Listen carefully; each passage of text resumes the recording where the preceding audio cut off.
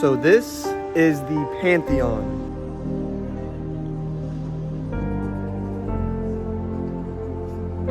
And behind the famous columns is the largest unreinforced dome in the world, meaning there's not iron rebar reinforcing it as a structure. It is entirely a perfectly constructed hemisphere.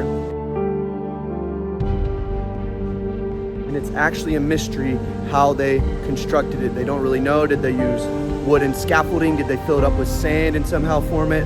We don't really know, but we do know it was built in 125 AD, and that there were actually two other versions before it.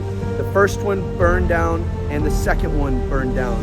But this building is the oldest commissioned building in the world.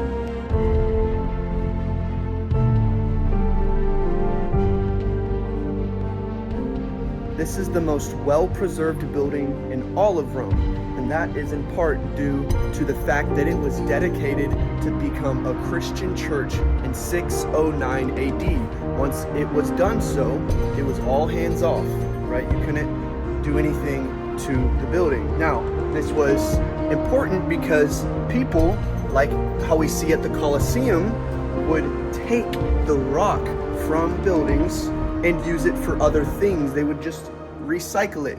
In other words, they just rip down parts of it and use it for other things. That's why the exterior wall of the Colosseum, half of it is just missing. It's gone. And so the fact that it became a Christian church allowed it to be so well preserved. These walls are 20 feet thick in order to support the dome. These columns